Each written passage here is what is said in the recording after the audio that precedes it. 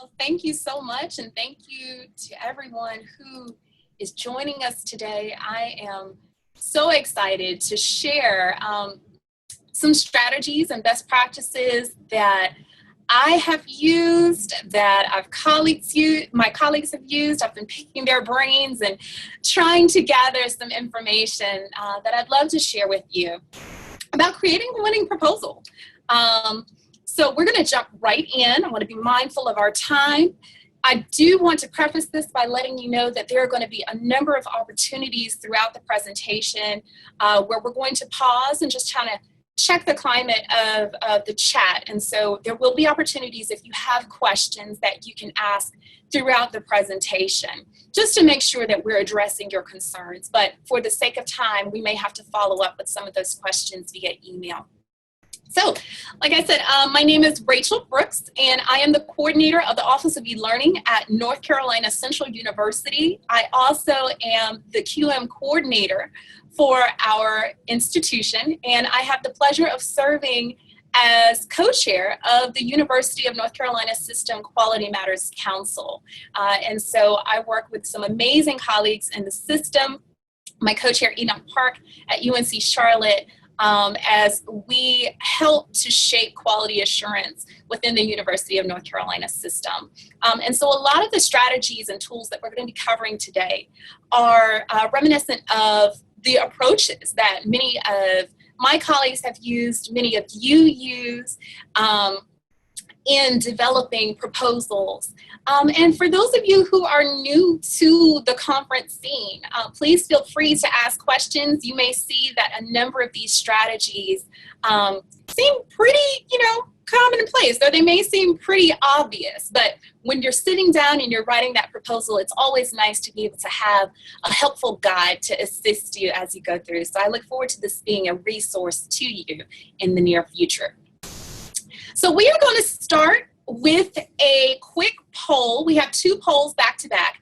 And the first one is just to gauge how many of you are considering submitting a proposal for the QM Connect 2020 conference. So Jim's going to pull that poll up for us. And let's see, it should show up on the screen. It should show up for people on the screen, and then let me know when you want me to stop the polling, and then I will show it. Awesome, wonderful. Looks like 30, 40, almost 65% have voted. Okay, we'll give it a few more moments. 70%.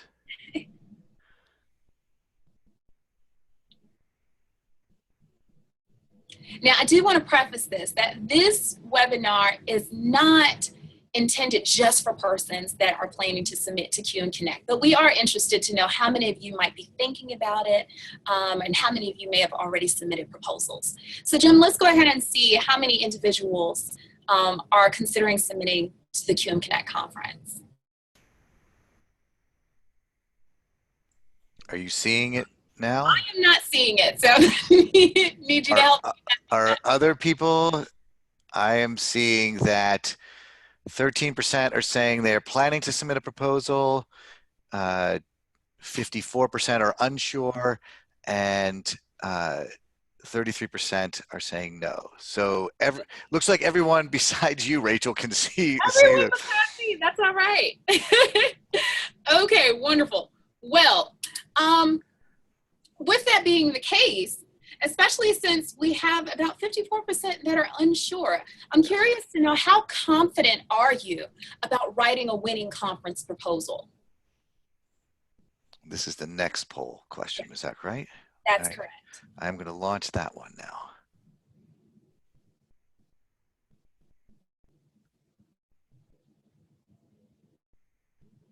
%, 40%, 50% have responded. Excellent. 65.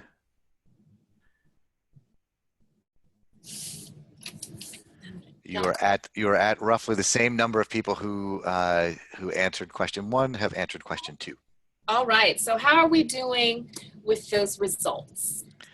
So I am now sharing them. So I don't know if you can see them. So 4% are very confident that they can write a winning proposal.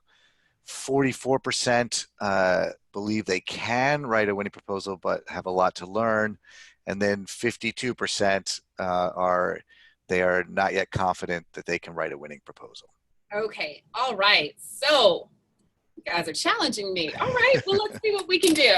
I hope the resources that I have prepared for you all today will assist you in hopefully building some of that confidence and maybe encouraging some of you to think about submitting a proposal to QM Connect 2020. So before we get started, I do want to highlight our objectives for today. Short and sweet, we only have an hour together, and like I said, I do want to provide an opportunity for some engagement throughout. So what we're going to focus on is exploring strategies for analyzing a call for proposal. Sometimes that trepidation as far as submitting a conference proposal just comes from understanding what is expected of us. So we're going to talk about some strategies for actually going through a conference proposal, the call for proposals, and identifying what are those key takeaways and how do we address them. We're also going to discuss approaches for identifying captivating proposal topics. So how do we, from this plethora of ideas and themes and goings on that are happening in our spaces, how do we identify topics that actually would engage our potential participants and would capture the attention of these proposal review committees? We're also going to examine the key components of an engaging proposal description. So when we're getting to the meat of writing the proposal, what should we include and how should we address those various topics within our description? And then finally, we're going to discover methods by which we can promote acceptance of our winning proposals, because we're claiming it now. We're going to be writing these winning proposals, and so we want to know what can we do to enhance the likelihood of these proposals being accepted. So like I said, before we get started, I want to emphasize the fact that you already, right now, have something worthwhile to contribute to our community. So let's dispel that rumor from the very beginning. Many of us might be apprehensive about submitting conference proposals because we feel we don't necessarily have anything to contribute, or maybe what we find ourselves doing on a day-to-day basis we don't think is exceptional. But I want you to consider how many times you've been in conversations with other individuals explaining what you do, and then they say, how in the world do you do that? You have something to share. You have something to contribute. We're always looking for best practices. And so I encourage you to think about those types of conversations and what that item, what that initiative may be as we are going through this, and how you might pose that in a way that would turn into a winning proposal. All right, so let's start out with some preliminary considerations. Each of these sections are broken down. We're going to go over 4 general sections as it relates to constructing a winning proposal. And in each one, we're going to focus on some subtopics, but we'll pause at the end to make sure that we capture any questions or concerns that you have. So first of all, we're going to talk about in more detail what exactly a call for proposal is, and what is that, and what do we find within that description. What are the key dates that we need to keep in mind? What is it with character and word count? That is something that's very important, and it's an intentional inclusion by review committees. And so we want to talk about why that is, as well as what are the components of a proposal.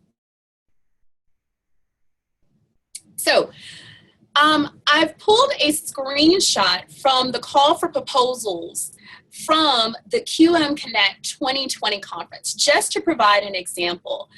Those of you who may be joining us, and when we make this available, this presentation available to you at a later time, we will make sure that you have access to an accessible version of all of this. But for now, I just want to highlight some of the key components of the call for proposal, referencing our QM Connect 2020 conference. So as we're analyzing the actual call for proposal description, we want to first, and I know it sounds pretty elementary, but please take this seriously. Make sure you thoroughly read the call for proposals.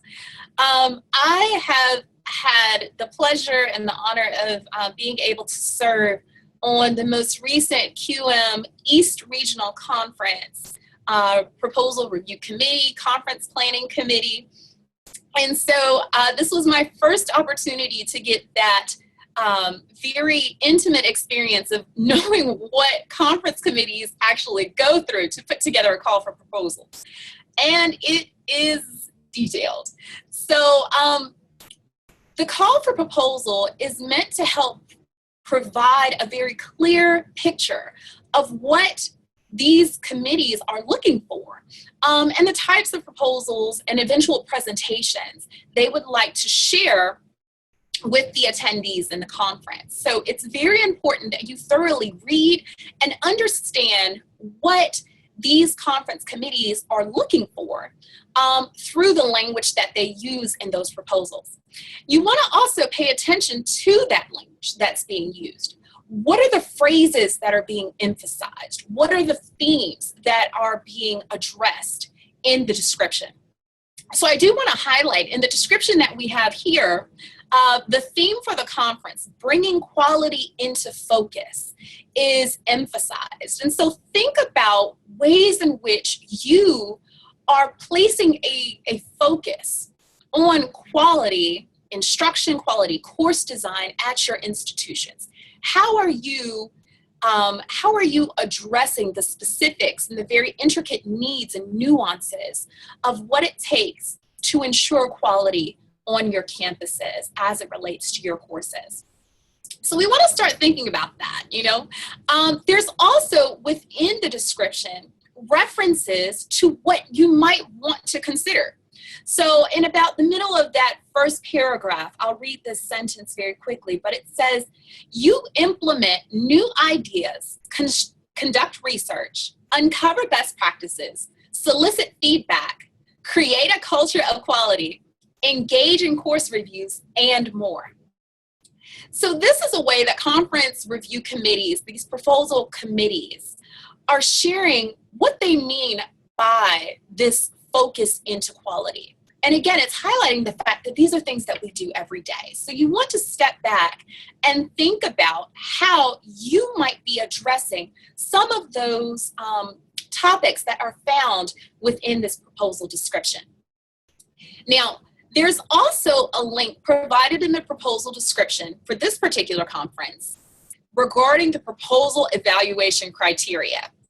I cannot emphasize enough, just as much as we encourage the use of rubrics for various assessments in our courses, it is a best practice for our learners for them to understand what it is that we're looking for. We're going to find the same thing with many of these conference call for proposals. There is an evaluation criteria to help you get inside the mind of the review committee. And so you want to make sure that you understand what the evaluation criteria happen to be, so that you can ensure that you address that criteria within your proposal. And then you also want to review any resources that are provided by the conference committee. So on our QM Connect website, if you go to the area where you indicate you want to present at a conference, on the right side of the screen, you will find a list of resources, a Q&A, well, an FAQ section, as well as tutorials, videos, articles about writing winning proposals. So be sure to check out that information. Now, throughout our presentation today, throughout our discussion, as I had mentioned, I've been picking my colleagues' brains because I wanted to know, what do they do to help emphasize the likelihood or increase the likelihood of their proposals being accepted? And so I reached out to one of my colleagues, Dr. Laurel Malone here at NCCU, and she shared that as far as her approach to analyzing the call for proposals, she likes to include the criteria in her proposal so that she can make sure the review committee doesn't have to guess about whether or not she's hitting her targets. So when you go through and you see the various themes or topics that are present in the description, make sure you reiterate that within your proposal. We'll talk about that a little bit more as we get into the meat of actually writing the description. But keep that in mind. The conference committee is letting you know what they're looking for. Make the review process easier for them by highlighting the fact that you included that information explicitly within your proposal. One of the strategies that I like to incorporate when I am putting together a conference proposal is I like to create what I call a proposal map. It's just another way to help organize the information. Usually conference committees do an exceptional job of having this information in easily identifiable places on the screen or within the website. But I like to also create my own map that allows me to keep all of this information in the same space. So some of the information I might include on a proposal map would be the various deadlines that I need to keep in mind. I like to list as my submission deadline. I always like to set it as the early bird deadline. There's some benefits that you can receive by submitting your proposal early, and we'll talk about that a little bit later. But because of that, I like to set that as my submission deadline. So it gives me something to reach for. Also, list the character and word count expectations. Not only is the character and word count set, some proposals, they'll say that you only have a certain number of characters that you can include in your various descriptions or your title. Others might have it listed as word counts. But all of that is because of the publications that may be going out. If there is actually a physical document that's going to be printed, there are restrictions to the amount of space that can be utilized, as well as making sure that our attendees who go online and check the descriptions or might look into the program guide that's printed out, they want to be able to see in very clear and concise language what it is that they have the option to attend as far as presentations are concerned. So we want to make sure that we are meeting that restriction as far as the character or word count. It's also beneficial for the review committees because often they find themselves reviewing several proposals. And so being able to limit the size of the proposal allows for a more expeditious process when it comes to the review. As you'll see, I also like to create fields for each of the proposal components and, if necessary, a rationale. So, for example, if I am thinking about which concentration I want to align my proposal with, I will also often provide a rationale as to why I believe this proposal fits into that particular concentration. Again, it helps with the justification and the review process for the review committee to understand that, yes, this is very clear. This proposal does, in fact, align with this particular concentration. And then again, I like to pull out what are those key words that I found in my analysis of the call for proposals. What are those keywords? And I put them on my proposal map to make sure that I do include them when I'm writing the description. So we've gone through the very first steps as far as analyzing proposals. And Jim, I would love to know if there happen to be any persons who have submitted questions in the chat regarding that information before we move on. I have not seen any questions come into the chat, although this might prod them to put some in. But as of right now, there are no questions. Wonderful. Well, for the sake of time, we are going to move into the next section. But if you happen to have questions about the preliminary considerations, please still feel free to submit them in the chat, and we will revisit them when we get to our audience check at the end of this next section, deciding what to present. So we know what the conference review committee is looking for. So how do we actually choose a topic that we feel is worthwhile to present? In this section, we're going to talk about how we might narrow down a topic, selecting a concentration or a track, if that is available through the conference, knowing your audience, and then also choosing a presentation or session format. Now, there are a variety of ways to narrow down a topic or to target a theme or a concept that we feel would be beneficial for potential attendees to learn more about. So when choosing our topics, we want to make sure that first and foremost, we are aligning with the call for proposal. Obviously, it is one of the best ways to ensure that your proposal will be selected. But we also want to make sure that we are supporting the effort of this committee to ensure that the conference includes themes that are all relevant and pertinent to the needs and the interests of the participants. And then we have a number of sources that we can choose from to help us select these potential topics. So reflect on the conference theme. Think about how that theme and the description that's provided relates to your everyday work. What are you doing that already speaks to that particular theme? You might want to also review different reports and updates that are provided through your state or your institution.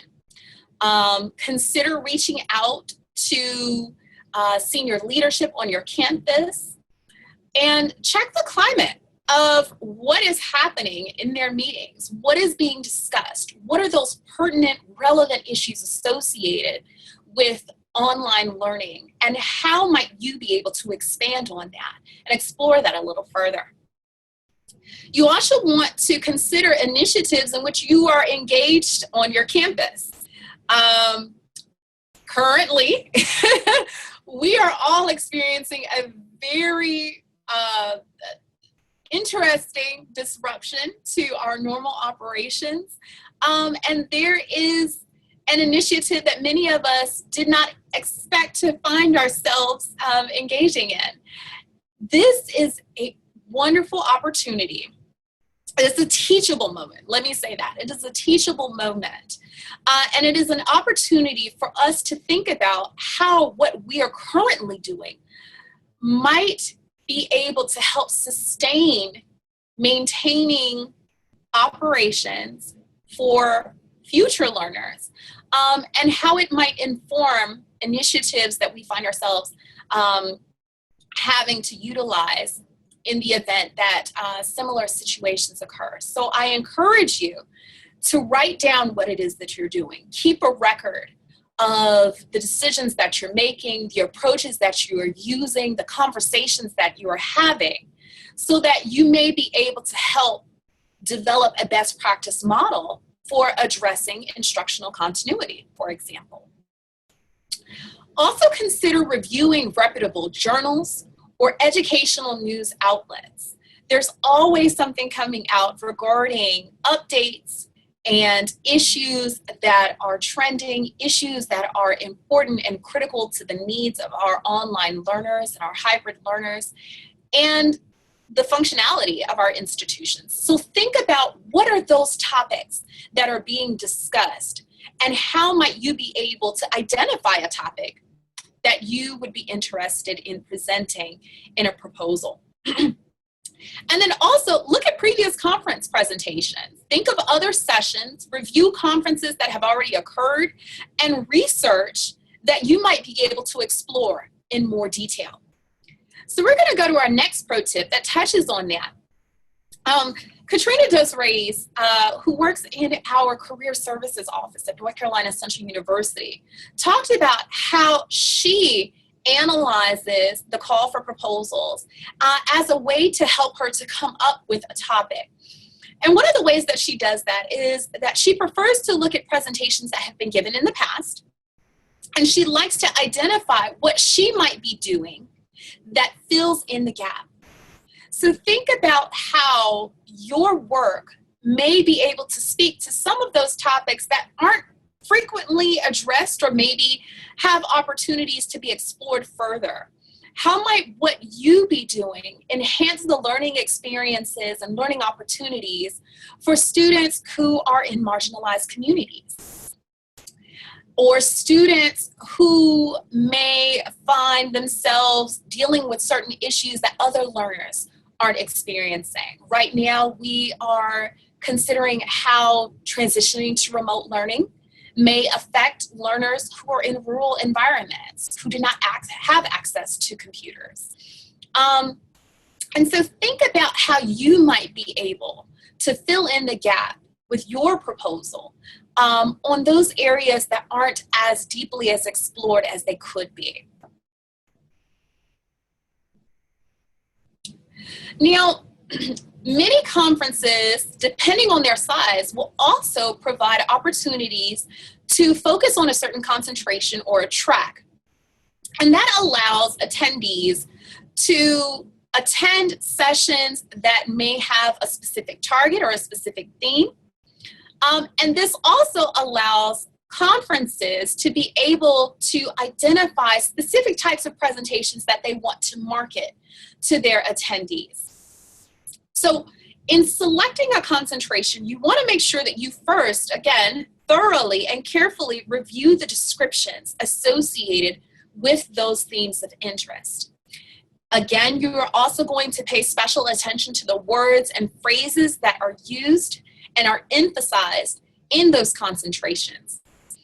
If you were to go to the QM Connect 2020 conference call for proposals, you'll find that under each of the concentrations, there's a description and a number of bullet points that highlight what themes are closely associated with those particular concentrations.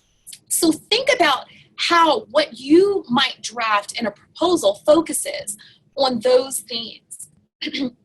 Think about also how your proposal and eventual presentation can provide an in-depth exploration of those various concentrations and how those explorations can further participants' understanding of that theme as identified by the concentrations. You also want to make sure that you know your audience. We want to identify our audience by considering their backgrounds, their needs, and their motivations for even attending the sessions. So what would these individuals who would be attending your eventual presentation, who would they be? Would they be faculty, instructional designers? Would they be program managers, administrators, or a combination? And then you also want to identify what would be their level of familiarity with either Quality Matters or with your target initiative. You also want to think about what is their motivation for attending your session. When we talk about drafting your proposal and then bringing them in with a teaser, you want to make sure you actually continue that through the presentation. Don't draw them in and then leave them hanging. You want to make sure that you continue that all the way through and captivate and capture your audience.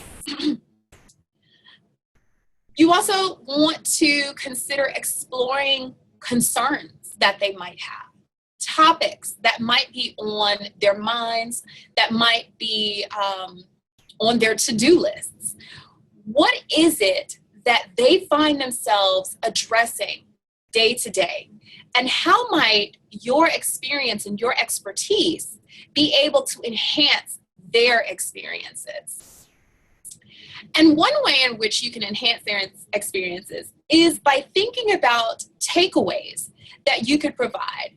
Perhaps it could be a tool, it might be a resource in the form of a handout or a document, it might be a resource site, or it could be a list of strategies that you leave them with. But you want to ensure that your audience members are able to walk away with your presentation having been enriched and empowered in some way. Now, this particular conference, and consistent with Quality Matters, with the Quality Matters program, you'll find that you are able to also choose your own preferred format. So you want to think about, as far as choosing a format or a presentation or a session style, first of all, read the descriptions to know what's available. I was really excited to see these formats. Some of these are very new. For example, I'm actually going to hop down to the bottom middle one, the World Cafe. I thought that was really an interesting approach for a session format, where you have 3 table hosts that lead discussions that last about 10 to 12 minutes, and participants are able to move around. And as they're answering questions from these table hosts, all of the information is being jotted down and captured for later discussion. So as you are choosing a session format, you want to also consider who is your audience? Who are these individuals that will be engaging in these types of interactions, in these session formats? And what is the best way to convey this information to them and then engage them? Be sure to review the format guidelines and understand what the expectations are, because just as much as you are going to be presenting this format, your potential attendees will be coming with the expectation that they will be engaging in that particular format as described by the conference. And then also consider the nature of your presentation. There may be instances where you have this amazing graphic that you want to present, and it may be best suited for a poster presentation rather than an active learning session. So think about how you would prefer to present your initiative or your study, and determine if any of these conference formats or presentation formats best suit your needs. Now, we are at our next audience check-in. Jim, do we happen to have any questions from our first set of topics? Or please feel free to submit questions that you might have about what we just covered in identifying a conference topic. Yeah, there was one question which then Beth answered, and the question was, could we see examples of winning proposals? And Beth, our other host, put her email in the chat and asked that people email her, and she will send questions over. She will send some examples over to them. Wonderful, excellent. And that is actually right on track with what we're getting ready to go into. So although I do not have samples of entire proposals for you for this presentation, I did include some snippets focusing on areas that we're going to talk about in just a bit. So let's go on and jump right in. So now, if I jump back, there was one other question that came in under the wire. Is there a balance of words versus graphics for a poster presentation? I don't know if that one was. So we can, let's follow up with that via email, because it really does depend on the conference, what it might be looking for. And that's also an important time when you would need to refer to the format guidelines. Sometimes conferences do provide information about what their expectations are for posters, the size of posters, and we can even, if we can get their email address, we can send out some recommendations for sample posters that have been put together that they might be able to follow as far as those guidelines are concerned. So Racheal, can I hop in real quick 1 second? Go ahead. Relating to the posters, it's important that you don't include too much dialogue or too much text on a poster. It really should be mostly understood by the graphics, and then the way we work it is you stand with your poster during the poster session, and you can explain what your graphic is saying. If it's too dense of text, it just doesn't work as well. That's all. Thank you, Beth. Thank you so much. And that may be an indication, depending on what it is that you want to present, you know, as Beth had shared, if that is something that you are willing to communicate in conversation with others, or if it lends itself to present that type of information in a different format. So when you're writing your proposal, you want to make sure that you are constructing attainable session objectives. You're drafting a very robust but still concise description, and that you are crafting attention-grabbing teasers. So we'll take a look and see what all of that means. as you are approaching writing a proposal description, keep in mind that your objectives should be measurable and should be able to be achieved by your participants in the time that is allotted for that session. So if it's a 25-minute session, we shouldn't have objectives that encourage or expect that participants develop an entirely fully designed and online course. That would be an example of an unattainable objective. So we want to keep in mind, what is the time that is allotted for the presentation, and are we able to support our attendees, our participants, in achieving those objectives? Again, understanding the audience and their level of expertise and familiarity with the topic. And it's helpful to provide an outline to the reviewers to help them understand what is the flow of your session. If your proposal is selected, what would that subsequent presentation look like? How would that flow? And then you also want to ensure that you are including details about how you plan to engage and encourage your participants in interacting throughout the session. Now, as we have previously shared, these session objectives must be able to be achieved within the allotted time. So be mindful of the amount of time your chosen session format would allow, and make sure that your objectives can realistically be met in that time frame.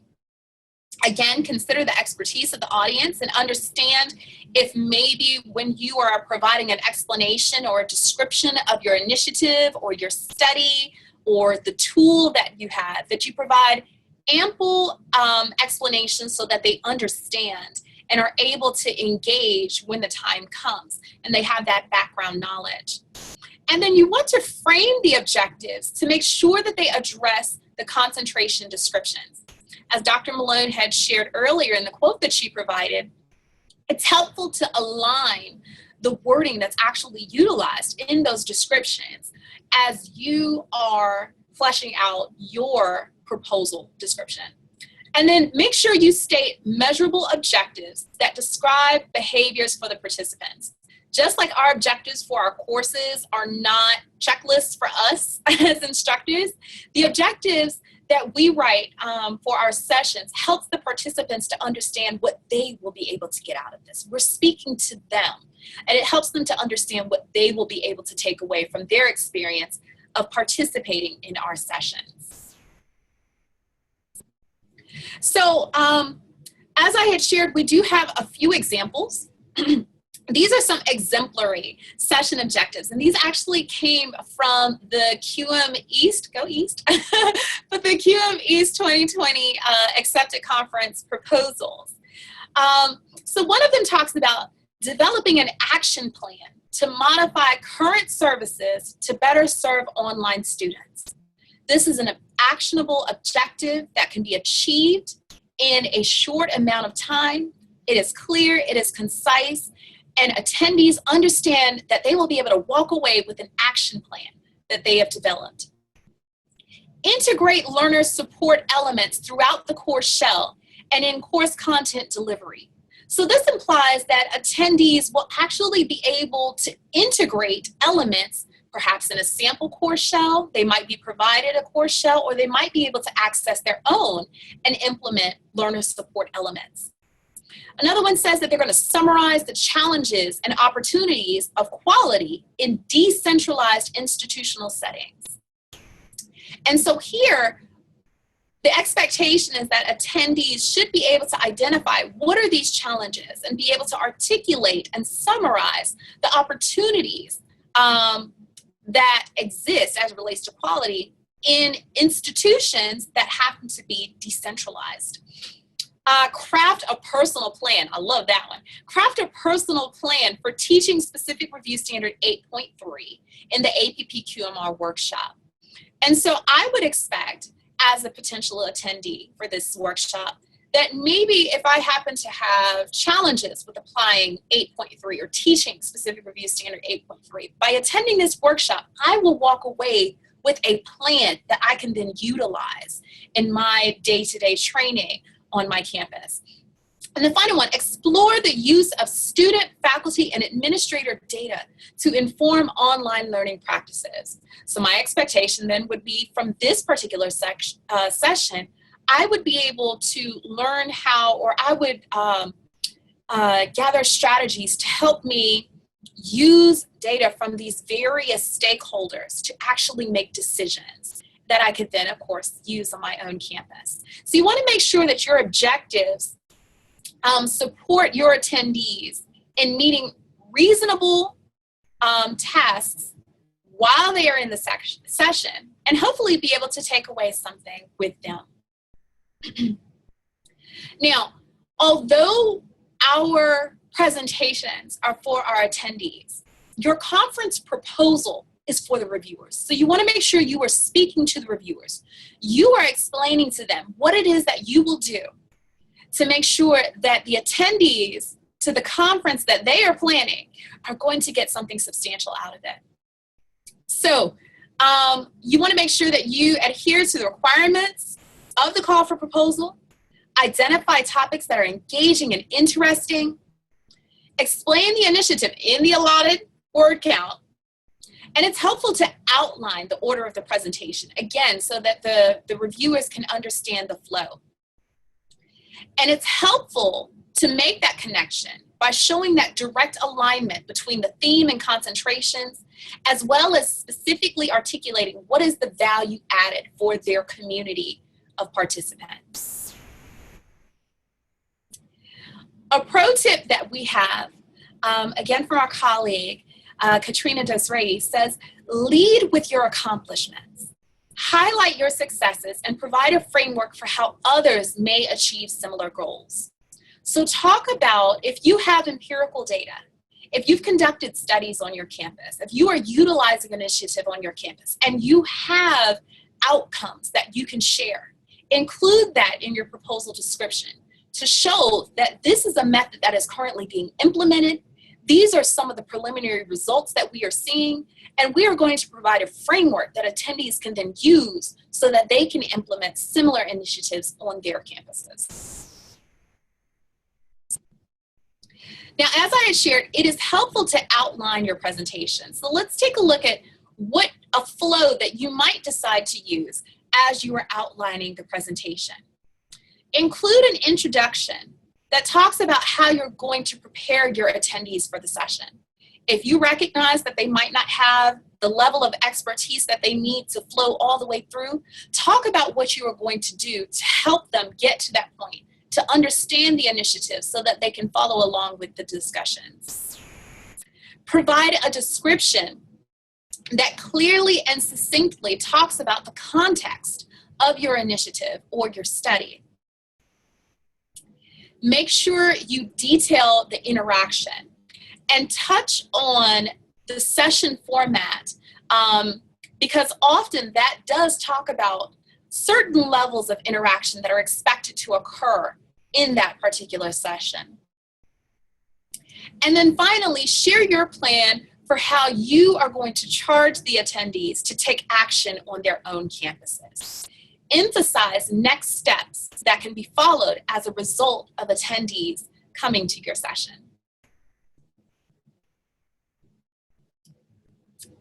Now, as you are planning for interaction, again, you want to identify what are those session format expectations, because they do articulate in detail what that expectation is for how how participants should be engaging in the session.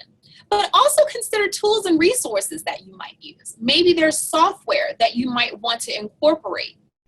And that all depends on the desired level of interaction and engagement that you anticipate for your session. One way in which you can help gauge that level of participation that should occur and that level of engagement is by identifying some of the key themes and topics that you feel might be worthwhile to explore in more detail through that level of interaction, by challenging your participants to discuss with one another, to engage with one another, or to incorporate some of these strategies. So some approaches to interaction that are pretty common, others might be a little new to you, are solving scenarios or short case studies. I love going to sessions where the presenter passes out handouts that includes vignettes or short case studies that the attendees can read, process, and then provide their own interpretations of how certain problems might be solved. Think pair share activities where they are provided an opportunity to process information, discuss it together in small groups, and then share out to the broader community. Jot Thoughts is also one of my favorite activities. Jot Thoughts allows attendees to jot down on little sticky notes ideas that just come to mind associated with a certain topic or a problem. And as they write one idea, they jot it down on a little sticky note, paste it on a piece of paper, and just keep jotting down more thoughts, more ideas, and then can share out as a larger group what ideas they happen to think about as they had those moments of smaller group consideration. Consider soliciting feedback and questions throughout the presentation. One way to do it is embedded on your slides. Another way to do it is to include software such as Slido, where individuals in the session can submit questions and other participants can upvote those questions. It's a great way to help navigate question and answer sessions and to engage your participants throughout the session. Incorporate contests. Kahoot is a wonderful tool and resource. It builds up that competitiveness that many of us have, but it's also a wonderful way to encourage your attendees to kind of get over some of those lulls that we might find during sessions, keep them engaged and enthused, and invite some healthy competition throughout. It doesn't hurt to have prizes as well. And then also plan demonstrations. If you happen to have an innovation or a tool, in a previous presentation a couple of years ago, our institution actually created an app for reviewing content for the Applying the Quality Matters rubric workshop. And so in many of the sessions that we offered, we created a demo version of that app and allowed our attendees to participate and engage and play against each other. So that's a great way to get your audience involved and interacting throughout the presentation. Now, you also want to think about attention-grabbing teasers. This also ties in with your proposal title. What will get the attention of potential attendees? What will bring them into the room? The teasers are usually about 2 to 3 sentences, and I like to think of them as the elevator speech of your proposal. They are meant to summarize and to entice attendees to come to your session. Again, it's helpful to include keywords from the concentration and the call for proposal description. And you want to also identify those takeaways. They're usually included in the conference program, and they're helpful for attendees to quickly see what they might get out of a presentation so that they can make those decisions about whether or not they want to attend. Now, I'm not going to read through all of this, but I do have 2 samples of some teasers that these are actual teasers that were included in or will be included in the QM East Regional Conference. So I do want to highlight one of the things that I loved about this teaser is the first sentence, which is actually posed as a question. Do you find yourself struggling with getting subject matter experts to deliver course content that consistently meets QM standards that are not recognized as essential? What I love about this is that it's an attention grabber because it poses a question that many of us who are involved in instructional design or who are training individuals who are subject matter experts, our faculty often, we might encounter.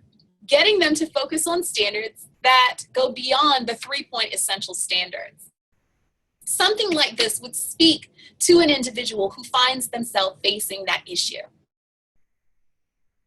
Another teaser is one that poses a scenario It talks about when faculty and departmental demand for QM outweighed an institution's supply of trained personnel, an issue that many of us face. And then it also ends with talking about what attendees will receive by going to that particular session. So it gives the proposal review committee an opportunity to take a sneak peek into the type of presentation that would be offered. Now, this pro tip talks about the fact that a successful proposal leads to a successful presentation that does not end with just a Q&A. And this is a reminder that your proposal should lead to action. What are you going to charge attendees to do after they leave your session? What will they then be able to do because of their experience in your session? Now, we're going to hold tight and we're going to do a final check-in regarding the information covered, just to make sure we have ample time to cover this last shorter section, which talks about additional considerations as you're putting together your winning proposal. We want to make sure we're using language responsibly, we're reviewing our proposal components, verifying that character and word count, reaching out to our colleagues for assistance with feedback, and then also taking advantage of those key dates. Now, be mindful of language. We want to make sure that we're using language that promotes our initiatives and our studies, but it doesn't disparage at the same time. We don't need to pull others down in order to build ourselves up. And that actually speaks very highly of individuals who are submitting proposals to those conference committees. Use inclusive language that's respectful of target populations. Try to avoid phrases that might stigmatize certain groups of individuals. Define all acronyms and make sure that you are explaining what are these discipline-specific terms. Remember, your audience, even the review committee, might not be familiar with some of the language you would be using, so be sure to provide that qualifying information. And then review your proposal for spelling, grammatical, and punctuation errors. Once again, I know we've been saying it lots of times, but it's so important. Make sure you adhere to the call for proposal expectations and guidelines. Conference committees spend a lot of time crafting these so that they are able to generate proposals that meet the needs of the attendees who are going to come. And so we want to make sure that our proposals we submit are winning proposals by adhering to the guidelines provided by these committees. So you're going to do that by including all of the elements. At the end of writing your proposal, after you've put everything together, go back and verify that you indeed align with the chosen concentration. Maybe you may have veered off course as you were getting excited and writing the description. So make sure you're still on target with that concentration. Make sure that the interaction you end up describing does meet the qualification. And then also make sure you are within that given word count or character count. So my colleague, Dr. Zakaria Jawaibi, shared a suggestion regarding fitting into that word count, but then also being mindful of our language. And it's thinking big, but making sure that you scale down. The purpose is to help faculty members to learn to do something. The best approach to do that is to be simple and be direct with your language. Make sure that everyone who is reading your proposal, especially the review committee, knows what it is that you intend to communicate to the faculty or the instructional designers, the administrators, the program managers, whoever might be attending your session.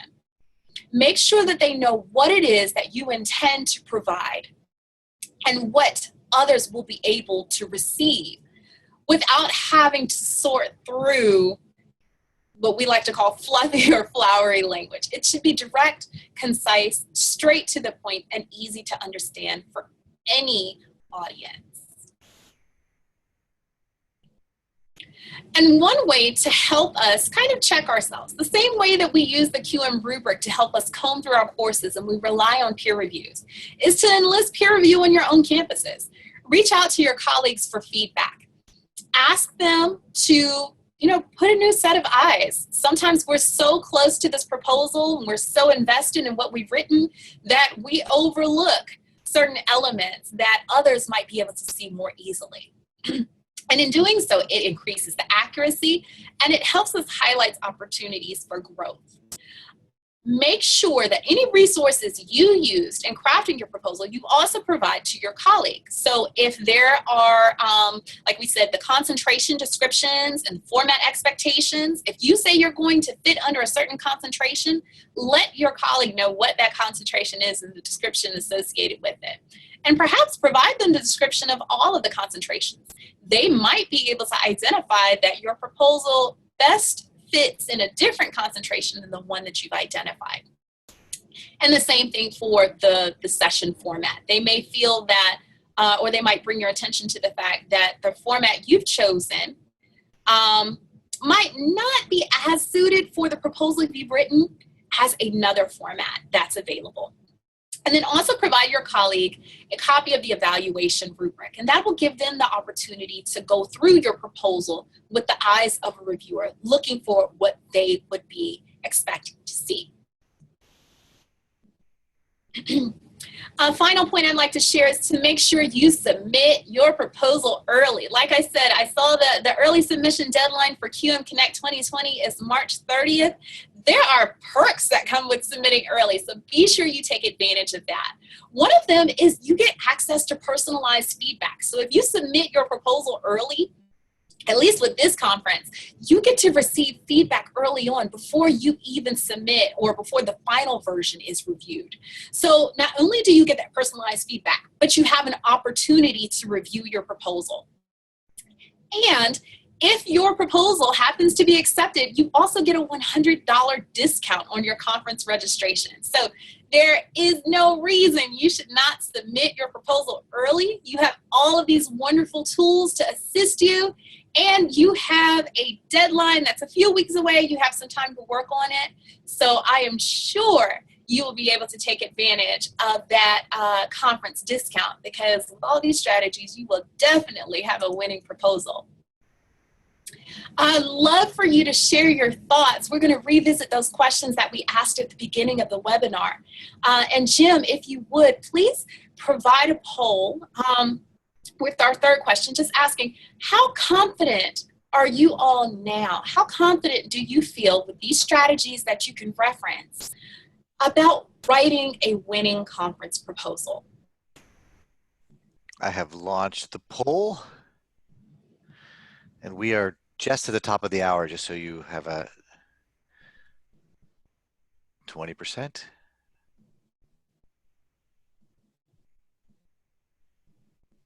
35%.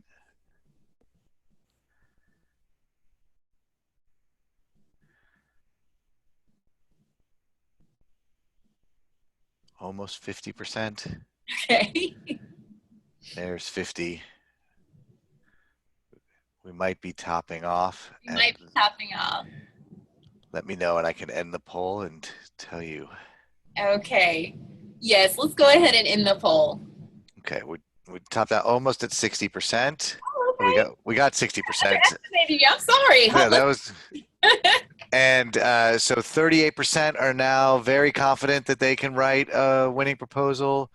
54% believe they can write a winning proposal, but still think they have a lot to learn. And there's still 8% that are not confident that they can write a winning proposal.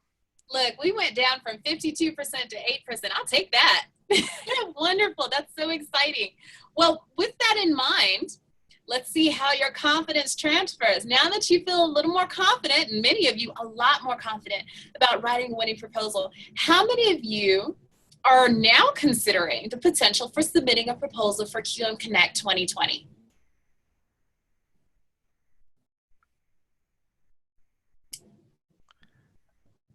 I have launched it. This one was a lot faster, 42%, 53%, 60%. We're at 62, 64.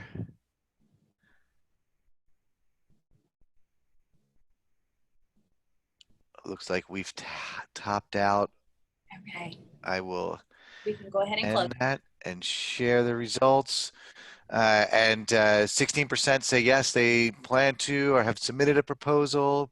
63% are still unsure about whether they should submit a proposal. And 21% are saying no, it will not be submitting a proposal.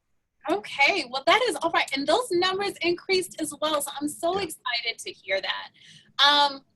We don't expect you to, submit a proposal tomorrow if you weren't sure, or you just knew you weren't going to do it today. But I really hope that the resources that were provided in this webinar have been beneficial. And please, I encourage you, once this is available, please feel free to go back, review the resources, and I'll provide my contact information. Please feel free to reach out to me for questions or comments, or just to discuss any of this any further. Can we spare maybe 2 minutes to address if there are any questions in the chat, and any other questions, if there happen to be more, we can follow up via email? Yes, I am looking for any questions. I do not see any more. Someone did ask about the recording. We will be emailing the recording out next week on Thursday, and then we will also post it on our website. So that was one question that came in. Okay. The rest are very kudos for all of your information, Rachel. So I will echo that as I'm waiting for other proposals. But lots of people have said, great presentation. Thank you for all the information. Thank you. Thank you. Oh, Great presentation. me. So I will go ahead and put my contact information up on the screen. As I had shared, please feel free to reach out to me via email, over the phone. I will be delighted to share this, or to chat with you all about all things QM.